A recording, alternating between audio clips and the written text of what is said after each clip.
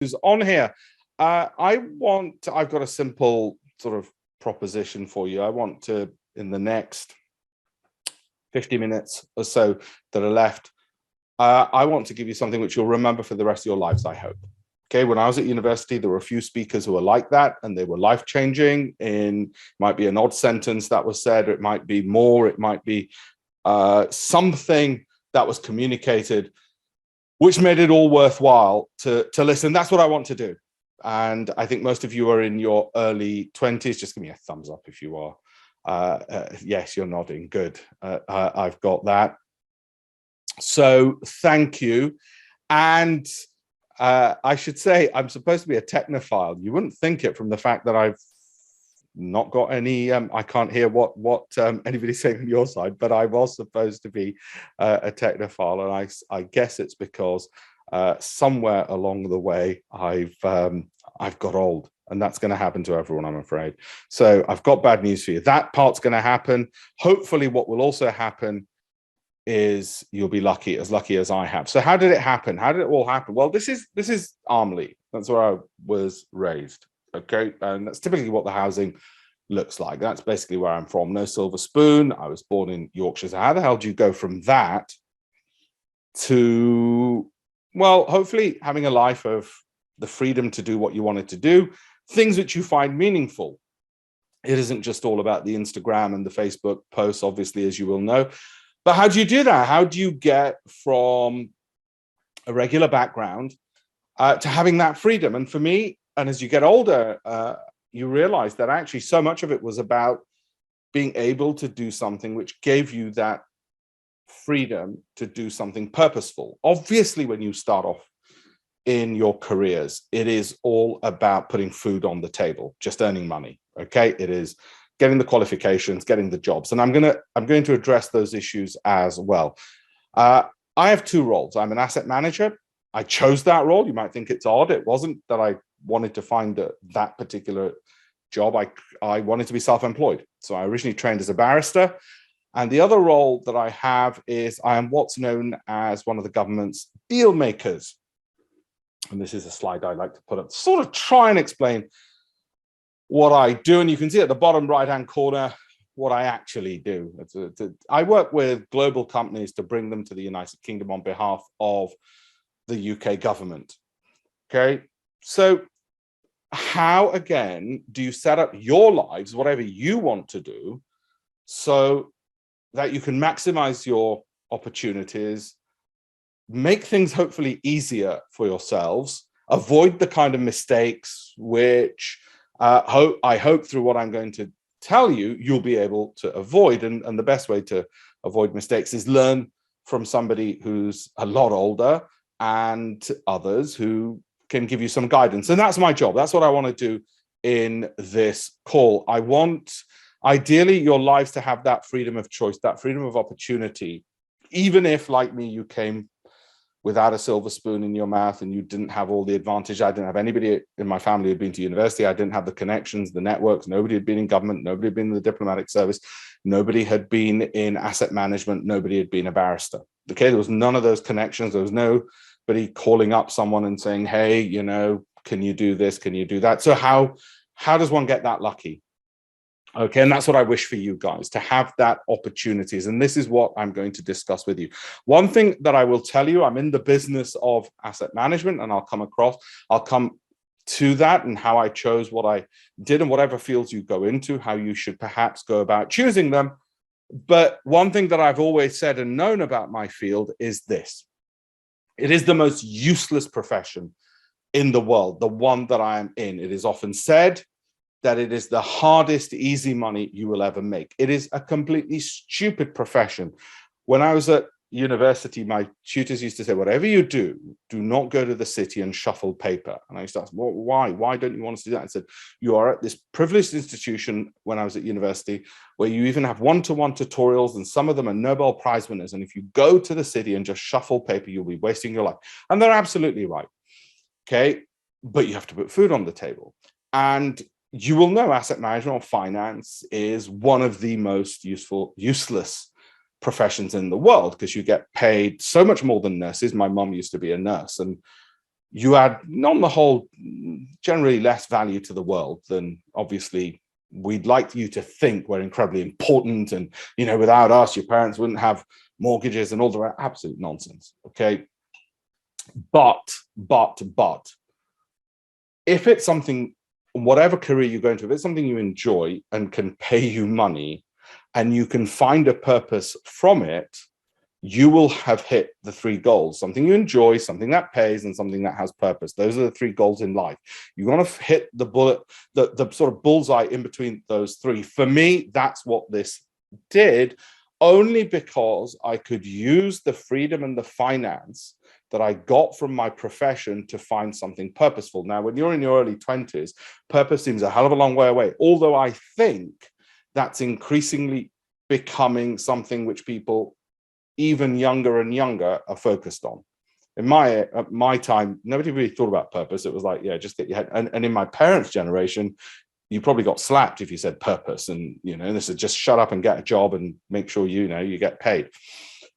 So find that purpose, that bigger purpose in life. For me, I happen to be co-chair of the Lumbar Foundation. We look after widows and orphans. And most of life is about getting up in the morning because of the stories you can tell yourself as to why what you're doing matters.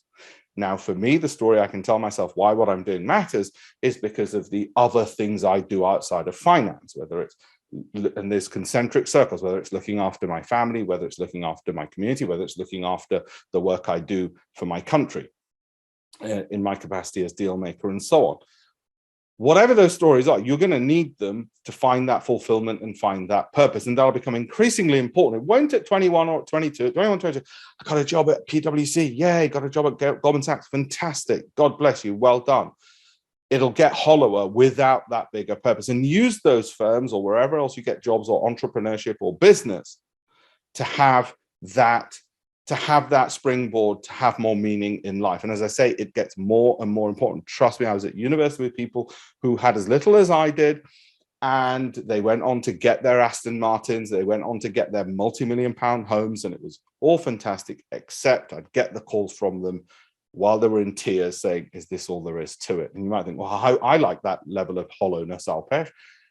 So plan ahead for having that purpose. How are we going to do that? And how would you invest? Because after all, we marketed this as about why investing is important. So many of you will be interested in getting to the chase, and you won't care about the rest of the world and community and purpose. You'll just want to fill your pockets. By the way, my business partner for my asset management company, he's a Warwick alumnus as well. These are the various things I believe in. I'm going to make sure you've got this afterwards. This presentation, Neil's got it. He'll send you a PDF afterwards. Okay, I believe in goals and strategies. It sounds a bit dull. And whenever I've said this on my, believe it or not, TikTok channel, people say, oh God, but surely life's about having fun when you're young. Boring, goals, strategies. What is wrong with you, you weirdo? I was told I had a problem with my English. I came in my very first year at school, 33rd out of 36 in school. I ended up coming first, I should say. I mean, I didn't always remain really bad. Whenever there were those problems or hurdles, no matter how far back, and some of you will think, oh my God, how am I ever going to get up that ladder? How am I ever going to achieve? And I do believe in being elite. I'm an elitist. I do believe you should try to be the best you can be. Okay. That's my definition of being elite. I think you should try and improve, no matter what it was, no matter how often I was told, well, no, you're not good at this, and that's not going to happen. That just spurred me on more. Use whatever you do in life, whether it's you want to get a career, you want to get a job in finance, whatever it is, turn it around to your advantage. Turn it around to, well, this is just going to motivate me more and more. Those are some of the few things that I've learned. And as I said, I'll talk specifically about getting careers and how employers like me, what we're looking for in people we hire in a moment. I'll talk about how I invest, why I invested in a moment, but I want to share with you some of the more broader themes of the things which I wish I knew more of when I was in my 20s. I think I knew a fair few of them. I was fairly fortunate in that way, in terms of I had very good family members to be able to give me direction, but I just want to share some of these for you. I believe in courage and I believe in hatred, and let me tell you what I mean by both of those. I was an only child. I used to worry a lot.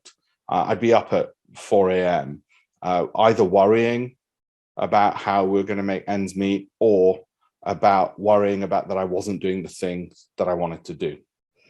If that happens to you, if you wake up at 4 a.m. in a cold sweat, then you know you're in the wrong place, and get to the place that you need to. Sometimes people say, I want to be an entrepreneur, I want to go into business. Well, I'm not so sure. Or others, somebody famously asked Warren Buffett, how do you become a billionaire? And he said, well, if you need to ask, you're not going to get that. Unless you've got, when you get that fire and you get that worry, and 4 a.m. is a pretty good test, that's when you know you need to really do something. So the people will say to me, I'm thinking about business. I'm not so sure. Yeah, I think we already know what the answer is. I do believe in picturing it, visualizing it, all those things you read about, all those soft things on social media or whatever else that people say, they do work. And I guess one way to look at it, what would you do if you couldn't be beaten? I don't think there's anybody I could possibly quote who will not be controversial in the modern age of university life. So forgive me if any of the people I pick and quote might bring up annoyances for various people. And being of Indian origin, you can imagine Winston Churchill's not exactly top of my list either, but being British, he would be. I'll, like I said, make sure you've got this PDF as well at the end. For me, why did I get into investing? Like I said, I had a family who didn't have much money. And I thought, what can I do to help? And I really didn't want to get a paper round at the age of 12. And the reason I'm mentioning this is because even at university, I think that's one thing, whatever jobs and careers you go into, I think it's a really important skill and attribute to have, to be able to invest. You're going to need a lot more money in life than you think you're going to need. Even the Zen-like Buddhists amongst you, you will need a lot more money than you think you will need in life. It's just the way I've noticed the world goes, and the expenses add up, let alone and I'm going to show you in a second, let alone mental health and relationship problems that sadly happen for the want of finance. Sadly, unfortunately, let alone the pressures when you go on, all of you, to have children. So for me, it was partly laziness. I just didn't want to get a paper round, but I did want to help family. It wasn't about, oh, I want to drive around in flash cars or anything stupid like that. And the attitude that I've always had in life, and I'm sure many of you have, if not all of you, and the one that I suggest you should always carry with you, is not the attitude of the cynic, not the attitude of the person who's frustrated, not the one who says the obstacles are too high, the biases are too great, the isms, the genderisms, the sexism, the racism, the ageism, whatever the hell it is, it's insurmountable. That's never been my view, either out of stupidity or denial on my part. It has always been whatever the hell the obstacles are. If they weren't there for me, there'll be another bunch. I don't care. I don't even see them, and I want to get through them. If you can get that mindset, and I'm not the only one, I'm not the first one ever to have said it to you, I won't be the last one, hopefully, ever to have said it to you, it will make a difference. It'll make actually all the difference in terms of the success. I do believe in planning, do believe in looking ahead. For all the talk of you've got to enjoy the moment and be in the moment, there's a lot to be said of not being in the moment and being in the future as well, and thinking forward. I do also believe that the greatest fulfillment that you will get in your life, the things that when you look back and you say, you know what, all that education I got, that privileged university education I got, it was worth it, is when, as happened to me today with, I think, 2 messages I got.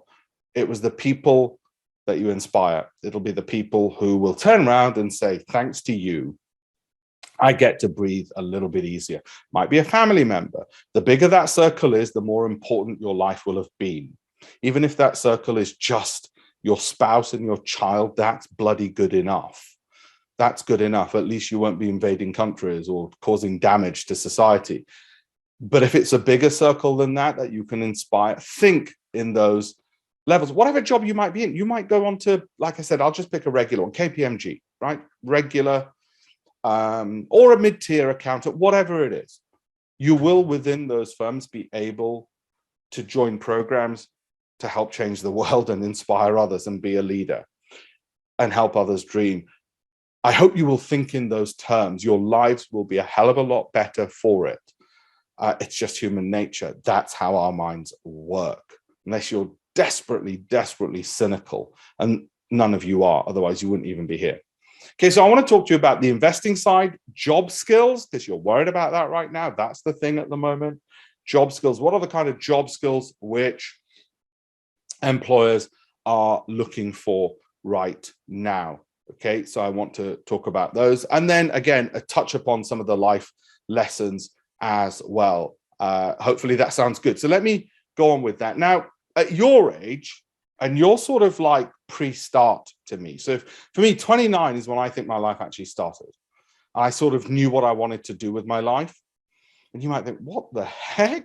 Alpesh, we thought you must have had it all worked out and all the rest of it. And at your age, I thought I was just going to be a barrister. You know, I thought there's a conveyor belt, I've done my A-levels really well, got university, get the degree, go off and be a barrister. And then one day it occurred to me, it might not to you, and I've got a cousin he's a partner at Deloitte. You know, he chose a more regular path, and life's great for him, I should say, as well. But for each of us, the issue was, what do we actually want to do with the rest of our lives? Now, for me, and I was sitting in chambers one evening. It was a Friday night, and we were looking at, I was looking at EU legislation on some regulation on consumer rights. And I noticed the Italian version didn't have a comma. And EU law was that all versions, all languages are equal. Therefore, if the Italian didn't have a comma, that was great. We could use that for us. And I got so excited. And then I thought to myself, on a Friday night, 7 p.m., I got excited because the Italian version of a regulation in EU law did not have a comma. There is something wrong with my life. Now, that's just me. Okay. And that's when I decided I'm not going to be doing this. The world's too big. There's too much to do. It's my life. This is not right for me. That's not to say being a barrister is wrong. The person who's about to start investigations at the International Criminal Court on war crimes in Ukraine was at bar school and law school at the same time as me. There are useful things you can do in whichever career you're looking at. It's just that for me, it wasn't the path. And so the reason I say this is, if you haven't worked it out what you want to do, don't worry. 21, I thought one thing, something else had happened. Took 8 more years before I even worked it out. So don't put too much pressure on yourself. You haven't quite worked out what you might want to do. You know you've got to earn money. Okay, it's just one of those things. But beyond that, if you haven't quite worked it out, how do you work it out? I was lucky in that I knew from an early age investing and being self-employed were 2 important characteristics. The trick was, what do I enjoy, what pays, and what has a bigger purpose? Try and find something which fits for you in that, and it'll take a lot of experimenting. I couldn't work it out on a piece of paper. It wasn't until I tried different things that it suddenly resonated. And of course, as a result of which, when you do anything that you enjoy, something where, you know, the whole thing, you're in the zone and time flies, you will naturally excel at that. People sometimes ask me, what university degree should I do? And I say, the one that you love the most, and hopefully it will pay and lead you to do something purposeful and give you freedom of choice. You will just naturally excel, because that you'll work that extra 5 minutes or 1 hour. It won't feel like work. Your brain will be buzzing on that subject. You will have a natural, innate advantage over somebody who is doing something for the paycheck, doing something because they have to. And that advantage you get only by discovering, well, when am I in the zone the most? Now, the hardest thing is, does it pay as well as you enjoying it? And will it give that freedom of choice? That I won't be able to answer for you specifically what those areas are, but find them, look for them. They will give you the greatest opportunities in life, the ones that you absolutely love and you have to do it. It's 4 in the morning, like I said. For me, I wanted to be self-employed so much that I was willing to leave being a barrister, and I had to live in an apartment which I had to share with a rat. And by that, I mean a literal rat. I don't mean another lawyer. I mean a literal rat. It was a rat-infested flat, but that was fine. How badly do you want it? That's when you know. Okay, and it's very difficult to determine and guess how badly we want something. Everything seems a good idea at midnight when you're high on coffee, but in the cold light of day, do you really want to continue with it? And day after day, night after night, find those things. And I'll talk about entrepreneurship and setting up in business as well. And the world seems to be going far more that way now as well, outside of the conventional professions. And my wife and I were discussing that maybe our son won't even go to university. It might be just, I mean, you look at the careers, you look at the people who are leaving careers and careers they're going into, who knows? But what it'll be is, as long as he excels at what he does and can put food on his table, because there's some responsibilities you have, then that'll be fine. And he's got the freedom and choice to do whatever. But I want him to excel, i.e. tries best at that. What are my top tips in terms of the skills, either for jobs or anything in life?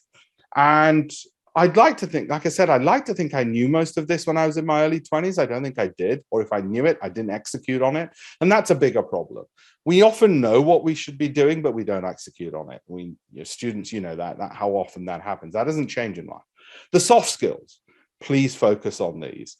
These changed my life, and they've changed the lives of anybody that I know. They've given them a superpower to accelerate above others and sooner. Public speaking. I was the shyest boy at school. I don't think I spoke to girls until I was about 17. Okay. Too shy. I don't think I even did any public speaking until I was 18, 19. I'm afraid if you don't like it, you've got a disadvantage, unless you plan to be a librarian. And even then you won't progress in your profession. It is a superpower. If there is a secret to success, it's one of them. And I'm going to tell you the others that I found, not just in myself. I don't want to just say, oh, it worked for me, so it'll work for you. Practice. Practice at home. Look at other speakers. You know how to do it. Get on stage. Learn the art of storytelling. Learn the art of humor. Watch TED Talks. It is a very critical soft skill to get ahead, especially once you're in employment. Learn brevity. You might say, well, bit rich you telling us that, Alpesh. TikTok's good for that. How getting information down in 15 seconds or 1 minute. Writing. Read How to Shoot an Elephant. I was told at university by my tutor, read How to Shoot an Elephant. He knew what he was talking about. But when I say learn writing, I mean learn to the point of knowing and understanding cadence. That level of detail of improving your writing and brevity. Thankfully, there's various tools like Jarvis AI, and there's various others. Learn the psychology of persuasion. You're going to need it in absolutely everything you do, even if it's to ask for an extension on a paper that you've not delivered for your tutors. Learn about dress, posture, charisma. Harvard Business Review did a whole research paper on charisma and how politicians and people get ahead who are charismatic. And you think, well, sorry, charisma is something which is natural. It's not. It can be practiced. Not necessarily saying faking it, but it is something which is studied in business schools and by academics, and people get ahead as a result of it. Learn about things such as presence. These softer skills will see you get further ahead than the same person who's got better grades, better papers, have got more connected parents, a bigger bank account than you. These things will accelerate your success. Report writing, clarity, Excel, PowerPoint. When we're hiring people, if we've got to teach them a whole load of stuff, quite frankly, we don't normally care what they've learned at university. We really don't. What we do is we give them our own tests. And you know this, when you apply for your jobs at McKinsey or Investec or wherever you're going to go, they're going to give you their own tests. Why do they give you their own tests if you've got a university degree? It's because the things that they want you already to be up to speed on, you're not taught at university in most times. Learn research skills, likability. When I see my colleagues in government, when I see people moving up in my profession, in others, and you might say, surely that's not, you've got lots of exceptions to that rule. Yeah, there are exceptions. On the whole, likability gets you far further ahead. The reason I've been so lucky, that was me showing the Duke and Duchess of Cambridge around in India when they visited. I was lucky in that the reason I was selected for that by our Deputy High Commissioner, I have no doubt it wasn't because of my looks. It wasn't because of my innate skills or my university degree or anything else. I think it's because of likability. I think the Deputy High Commissioner thought, you know what, Alpesh, good chap, he's always working with us, helping us, and so on. I really think it was that. Things will get you ahead, and those things then lead to further springboards, further opportunities. It's getting on stage and being up front and center. I'm afraid one thing which frustrates my wife, she's global head of the venture capital unit in the UK government, which means she's in charge of bringing all the big funds from around the world, like Sequoia and the Sovereign Wealth Fund, so the Saudi Sovereign Wealth Fund and the Singaporean Sovereign Wealth Fund and so on, all that money into the UK. And she's got a team. And I say to her, you know, when you're hiring people, you know, what frustrates you? She goes, the thing that frustrates me, she says to them, look, I need you to post, they're civil servants, and yet, you know, so they think they can be in the shadows. And she said, what frustrates me the most? I tell them to post on LinkedIn or put something on social media. I go, oh no, I don't do social media. I don't do it. No, I'm really private, or I only do silly stuff on. And it's like, great, you're a waste to the organization, because we really need to leverage and voice and be out there. And I'm seeing more and more of that at firms. Now, there might be some firms which I don't want you speaking about us at all, but I'm afraid more and more, if the civil service wants you to be doing it, more and more firms want you out there and having that knowledge and that ability to leverage. I was speaking to a headhunter just before this call, and the headhunter was looking for a non-exec director at a FTSE 100, no, sorry, at a FTSE, at a London Stock Exchange listed company. And you wouldn't believe it. One of the London Stock Exchange company and an asset management company at that. So pretty, you know, standard, you know, it's not like it's some kind of exciting marketing agency or anything, an asset management company. And they were asking me if I'd be interested in the role. And, you know, one of the things that they wanted, when you look through what the characteristics they wanted, somebody who understands social media, digital marketing. Are you kidding me? Surely you just have people to do that. But no, they need that in the individuals that they're hiring. So please learn those things. Look at Harvard Business Review. Learn the literature on leadership. Learn about stoicism. You're going to need it. Your lives up till now, I hope, and forevermore, I hope and pray, will always be easy, and you will never find any problems, any hurdles. Nothing will ever come in your way, I hope. But sadly, life doesn't work out that way, and you will need that. You'll need it through your faith. If you don't have a faith, turn to the Stoics. Even if you have a faith, as I do, turn to the Stoics. It'll help. YouTube, there's a fantastic channel on there, Red Frost Motivation. Phenomenal. It'll give you the poetry and the quotes to get you through the toughest days, I hope. Okay, get a good degree. I don't know how many of you have come across Ali Abdaal on YouTube. Do you guys know me? I can see some of you smiling and laughing. He got the top first in medicine at Cambridge University. Look at that. Follow that. Okay. I'm going to come to the investing part. Learn to think. Anything by Warren Buffett will teach you to think about investing. Books, Thinking About Thinking by Anthony Flew.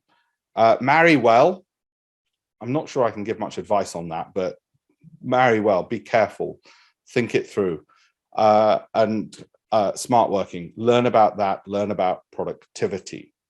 I'm not going to go through this, but I said I want you to learn about the principles of persuasion. They're going to be helpful in your job. They will be the superpower which gets you ahead in your work. I won't go through all of these, obviously, but these are the things you need to work on. That's your homework. That's one of your pieces of homework. These are the others. And I've said liking, reciprocity, social proof. You'll know some of these terms. Learn these. If you're, as I have degrees in law and philosophy, politics, and economics. These aren't things that come up much. They do a little bit in game theory, but not much. Okay, whichever field you're in, you need to know what these are, and you need to be able to think about them. And they're the ones where the managers become leaders and get ahead in life. Learn about biases. They will be useful to you to make sure you don't make stupid mistakes in your life, or you don't make stupid mistakes when you control the lives of others. Learn about these things. We'll give you the presentation at the end. That can be homework, but please, they have been things which have accelerated the poor boy from Armley to the chap who gets appointed by the Prime Minister to advise on closer bilateral relations. Okay, they make a difference. They make that much of a difference. They make your life that much more meaningful because you get further ahead. You get more opportunities. If you get more opportunities, you get the freedom to choose purposeful work. Avoid, for instance, and this is what I mean about biases, avoid overconfidence. The men tend to be more overconfident than women. Research shows it. Women, and I've written a book about this for women entrepreneurs. I co-wrote it with my sister. Women get more confident. You do us men, and the research shows it, a great favor.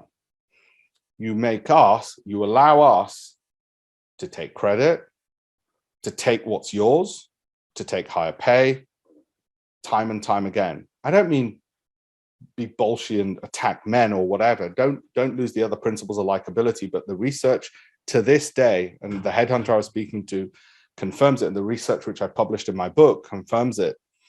We get away with a lot as men, and we get further than we should because too often the women stand out of the way. Not always, but very often. That's not to say it's the women's fault.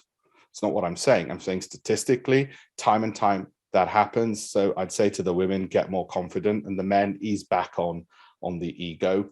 My tutor, I went back to university and I said, how's the results? How's the say? He goes, you know what? He said, the boys are doing well, but they're blagging and bullshitting. He said, the girls aren't doing as well, but they know more.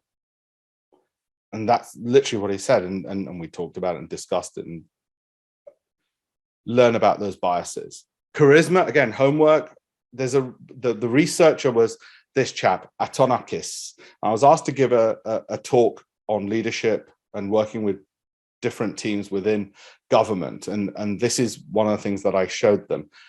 And his research, and he went through all of this, explained how the charismatic got ahead, how they used in their talks, their speeches, their comments, things which I I thought, no, surely not. You're kidding. What? They learned about rhetorical questions or metaphors and analogies and telling stories and they got ahead?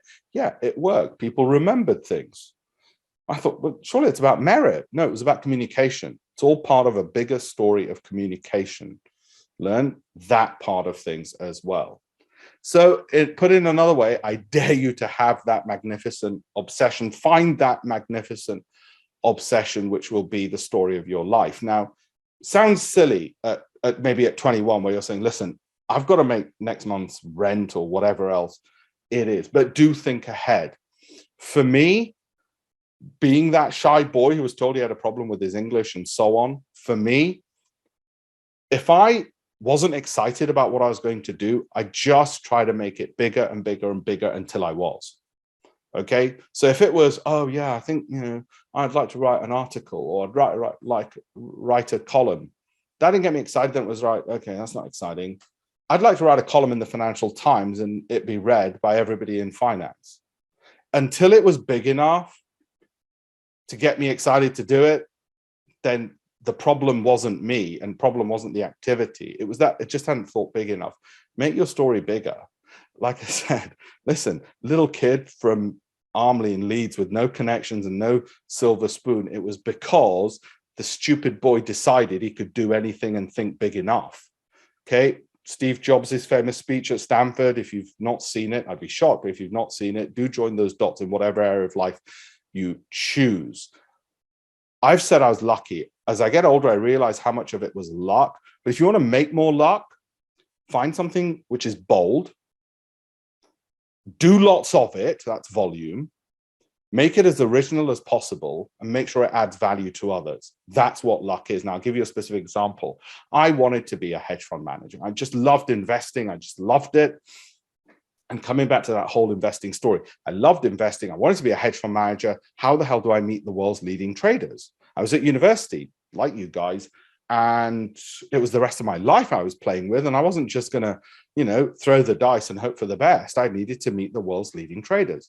So I approached through letter 10 of the world's leading traders. And I wrote to them, I said, look, if you agree to be interviewed by me, this was the bold move. The Financial Times will publish it in a book. And I said to the Financial Times, look who I've got. And guess what? It worked. That was the bold move. The traders agreed, and the Financial Times agreed. The book got published. I had to write a lot of letters. There was a big volume issue in there.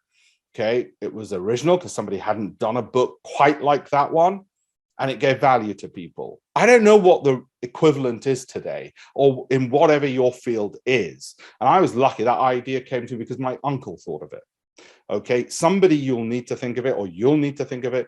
But if you want to make more of the luck, which is stupendous, and from that, and remember I talked about publicity and all, and you might say, oh, I don't want to be in front of the cameras. My wife always says to me, not everybody's like you. No, you might not want to.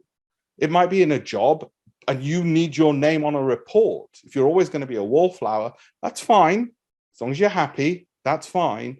But if you want to get ahead and you wonder why your effort is not resulting in the results you want, it's often because of one of these other factors.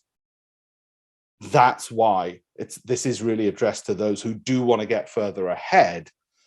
And that's one thing that works. And as I say to my colleagues in government to this day, I don't like working hard in the dark. I like to work hard and advertise, not in an obnoxious way, I hope. When Merrill Lynch HSBC approached me, and they said, look, would you tell us what you're thinking about the market? I said, yeah, on one condition, it always has to have my name on it. You might say, what, you egomaniacal whatever. And that wasn't the reason. That wasn't the reason, contrary to what my family still thinks to this day. Is because if it wasn't branded and the brand doesn't become you, and I'm not talking about just that as an example, but whatever you're doing at work, if your name's not there, whether you're on stage, whether you're giving a speech for your firm, whether you're leading the unit on gender equality, on diversity, on whatever it might be, whatever that magnificent obsession is. Because for me, there's the widows and orphans work. For you, it might be, and there's a lot of hate going around in the world. It might be they hate your religion, they hate your color, they hate your gender, they hate your sexuality, they hate your age. There's going to be something you can find which you want to fight back on. But without that, developing those skills in that name, you won't be as effective otherwise. And that's why I say, do make sure you get that credit. You do stand out and learn those skills to do it. And those little moves, inch by inch, will get you further ahead. It'll get you selected and it'll allow you to truly flourish, because it'll mean the skills and the hard work you're doing now at university gets richly recognized. I'm not talking shortcuts. What I'm saying is you get the recognition you deserve. You've all got a voice and things that you want to say in life. That they won't count. The frustration comes, and you don't want to be frustrated in your middle years. The frustration comes when that recognition doesn't come along and somebody doesn't give you the opportunity to have that express that bigger purpose in life. And that's how you do it. So let's talk a bit about finances. This is a useful little thing. You guys are probably, I suspect, if I make a big assumption, you're at the bottom of that pyramid where you're just thinking cash flow and basic needs. Plan ahead. Think about the next level up in the pyramid. Start that at university. Even if you're not able, at least learn about it. Think about it.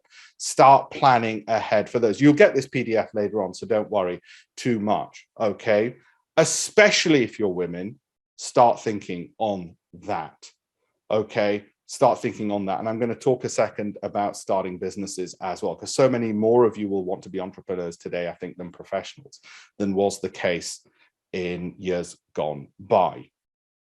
One of the other reasons why I want you to think more about investing now at university, you might not have the money, but start thinking about it, start plotting, start learning, start strategizing, is this piece of data. I created a free website where I want to teach 1 million people how to invest. Okay, it's a completely free website. And this was data from brokers called Bruin Dolphin. That problem of not having money or not having the money work hard enough, and it's a bigger problem if you're from an ethnic minority and if you're a woman, because you have, as you go through the years, less money. You're paid less for the same work, as we know from the data as a general rule. So it has bigger problems than just not being able to drive around in a nice car and all the kind of middle class stuff. No, it has problems for your relationships, for your mental health. So it gets serious. So there's a bigger obligation to be investing or learning about SIPs, ISAs, and investing for yourself than just, oh yeah, you get nice stuff. Okay, as you get older, you start ditching all the nice stuff anyway, and it becomes less and less important. But you need to go through the experience of having the nice stuff. Fine.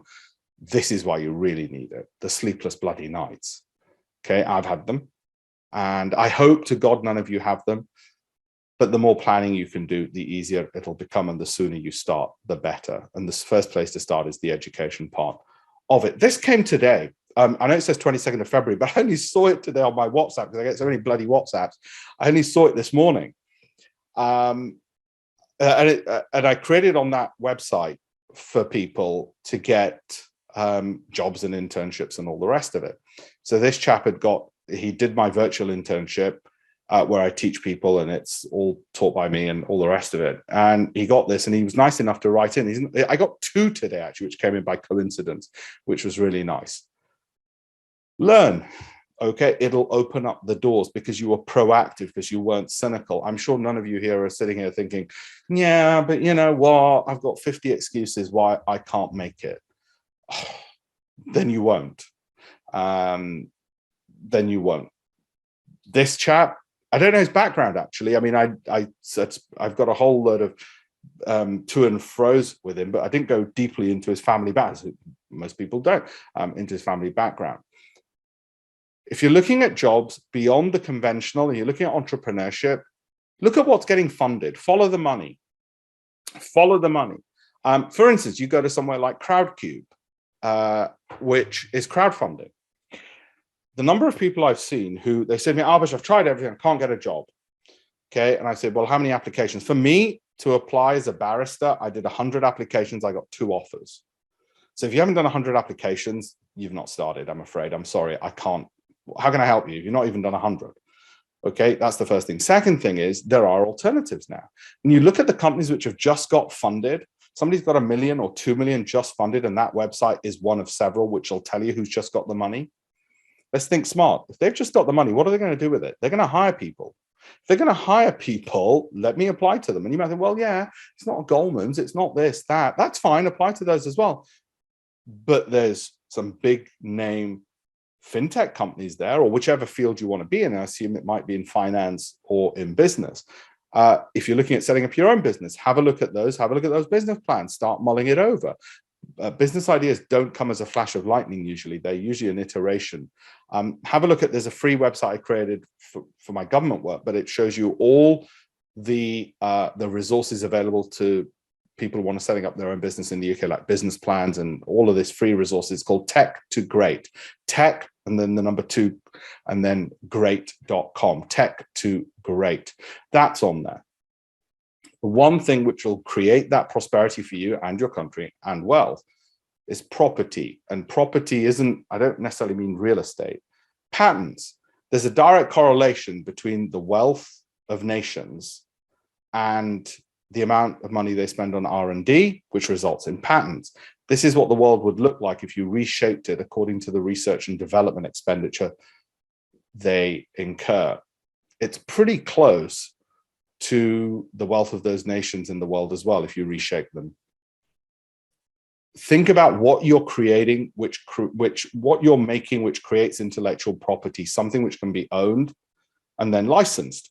I have created investment software because it can be licensed. So whatever I'm doing, that's being sold. In asset management, our processes, they're essentially just us licensing something and we keep earning. When you're looking at investing at university, the best place for most people might just be to start even with an index tracker. So learn, what are these index trackers? What are exchange traded funds? Learn about these things, because later on when you get busier and busier in life, and time becomes more compressed, at least you'll have that confidence and knowledge. This is similar with the S&P. What are these index trackers which are giving this? Because you'll have sweated to earn your money. You want that money then to be working for you. Learn about, for instance, how do people pick stocks? How do they pick these investments? Is it index trackers? Should it be particular sectors? These are the sectors, and these are the individual stocks based on their performance year to date.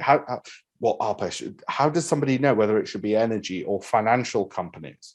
Where and how do we decide? Or how do we decide which countries to invest in? Once you start learning this kind of stuff, And I teach all of this on that free program on the internship on Campaign for a Million as well. But even aside from that, these are the things to be learned. These are the valuations. What do they mean by valuation, Alpesh? What do they mean a company's cheap? And which one should I go for? The ones in green are the cheapest at the moment. Oh, look, they happen to be banks. Does that mean they're necessarily going to do the best? And as I said, learn about exchange traded funds, learn about things such as volatility, Sortino ratios. What do they mean? Because if you're looking to learn to invest, these are the things you need to do. One thing I would say is stay away from fund managers.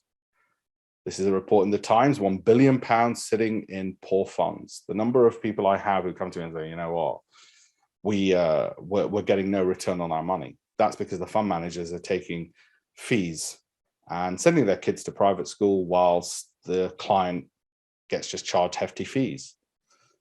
How many shares? 15 to 20. It's all it takes. 15 to 20. It's all you need in there. And if you want to go into more depth, as I said, we'll make sure you've got this presentation afterwards. Learn about these things.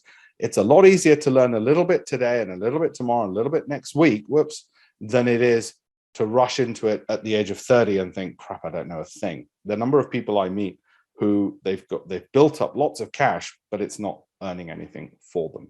Okay. And the sooner you start, the better and easier it'll be.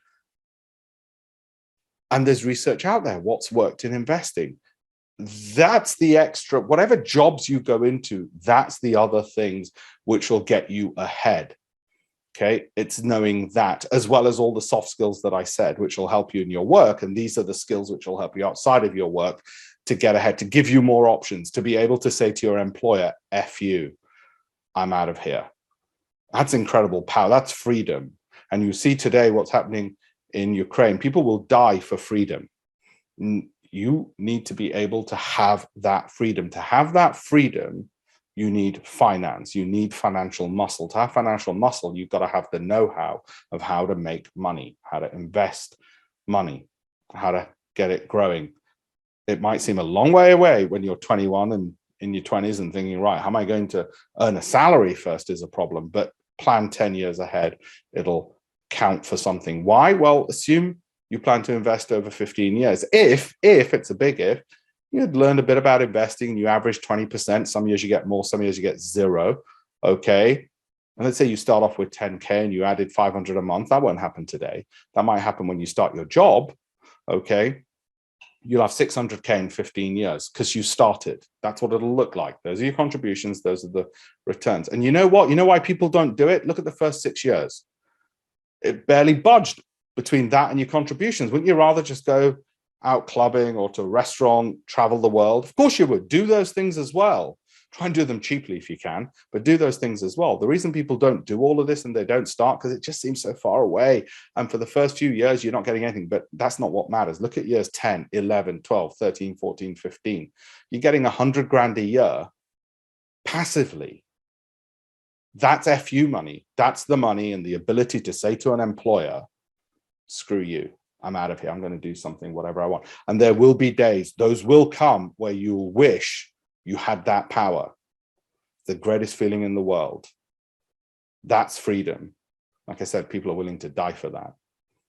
Investing-champions.com, it's free. You can download those books. It'll get you a good start. I'd say if you want to start somewhere, those 3 books, they're free downloads on there.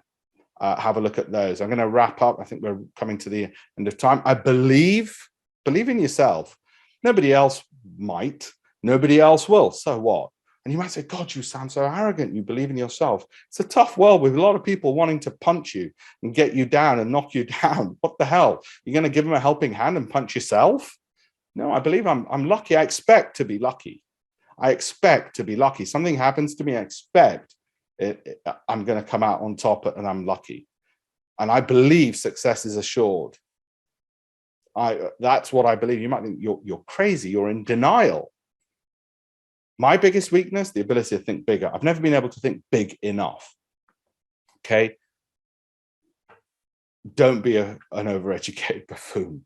I've got 2 degrees and I was an Oxford Don. Unless that's used for something else, it's meaningless. It's just certificates on a wall. Unless it's used for those bigger purposes, it'll mean nothing at all.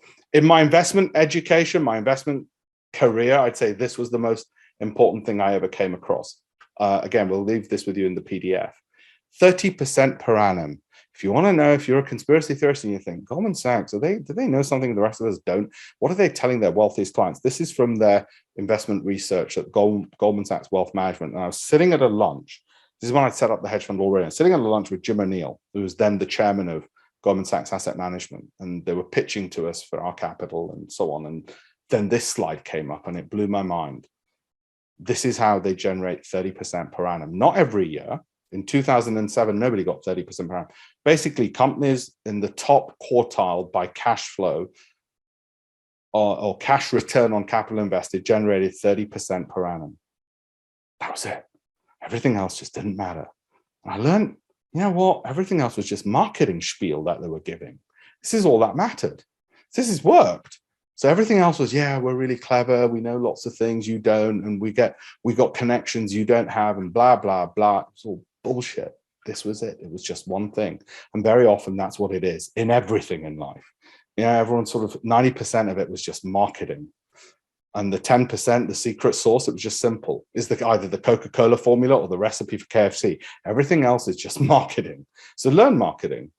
Okay, but have something valuable, insightful, original as they did as well. So I'm going to, as I said, we'll give you this in the PDF. For me, as I said, I started when I was at university. I perfected the strategy, won some awards as well, thankfully. But it was that love of doing it. It was because I was willing to work 7 days a week until freaking 4 a.m. And now that I've been winning recently in the last few years, it was worth it. Going through it, it was hell. Okay, 7 days a week, you're working every night. I joke with my wife now. I say to her, yeah, midnight was sort of where you really started. And by 3 a.m., you're wrapping up. And it was worth it only later on. But what I'm saying is when it's fun and enjoyable, it'll be that much easier. Make it easier. My most successful ever student, she came out of university, and this is the point I want to make to all of you. If you are looking at finance and you're doing English, as Naomi was, straight out of university, she read English, worked for me for 2 years. Now she manages about $10 billion. And you might say, well, what's the amount of $10 billion?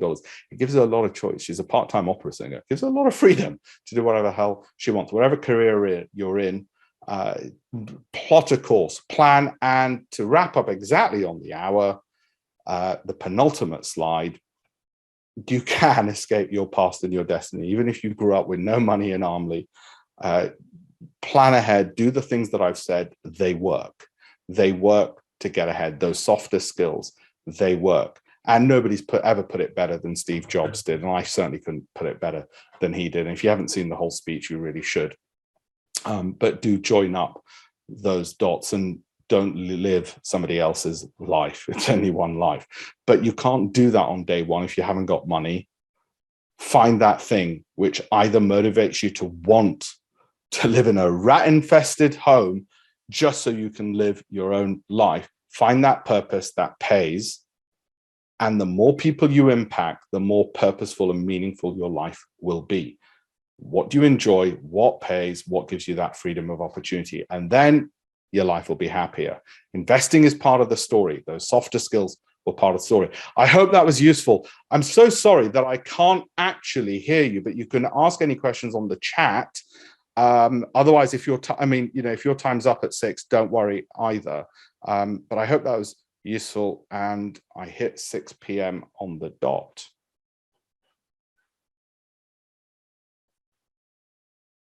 And I'll wait for questions on the I'll stop the recording. I'll wait for questions on